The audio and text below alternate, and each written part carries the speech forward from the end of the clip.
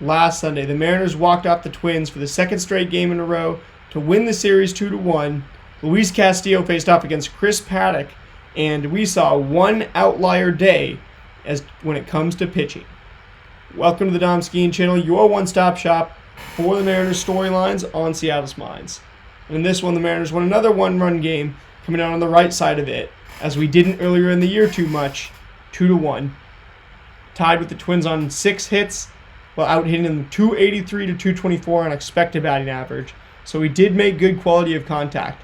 However, you look at the box score in this one, and it will absolutely blow your mind.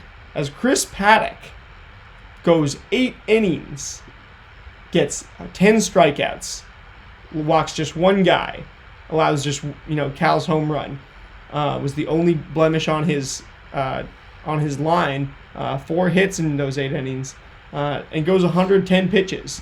Now, the Mariners hit this guy extremely hard.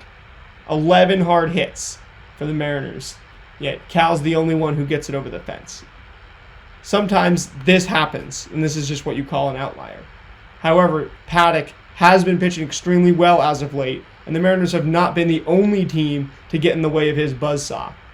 17 swinging strikes on 110 pitches, using just 5 different types of pitches, collecting 7 swinging strikes on the four-seam fastball, 3 on the changeup, 5 on the slider, 2 on the curveball. That was last weekend. You had 2 big, tall, lanky, prolific starting pitchers throwing changeup, slider like crazy at us, and get a ton of whiffs on the slider, as well as several on the changeup, playing off of a four-seam fastball.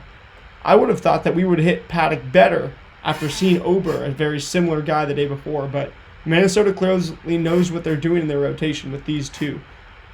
Surface level similar, yet not exactly the same pitchers kind of in a row in their rotation.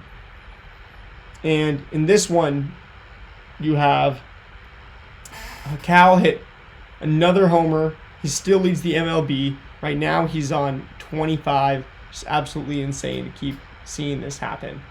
Up to in this one though, his homer was the only blemish that we got off of Paddack, and allows us to win the game. Gives us a chance late for Randy to come through, hit the walk-off single. Good inning against Griffin Jacks. The Twins have a really good bullpen. That's one of the reasons that they should be a playoff team this year. And we're right there with them in record. So in terms of the wild card, it could come right down to the end, us going up against these guys, on record or on tiebreaker.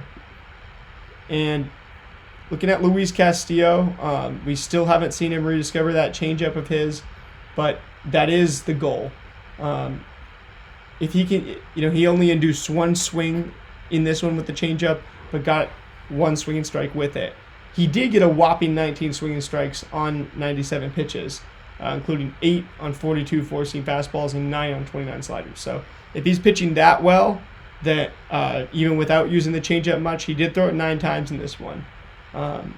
We're going to be in store for another summer where Luis Castillo drastically improves as the weather does, which again is unexplainable.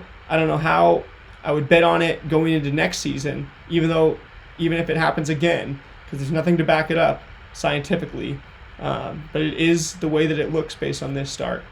Mariners taking this series, then go on to have an interesting series against the Orioles last week, which we're going to talk about a little bit more. And I'll see you guys in the next one. Go M's.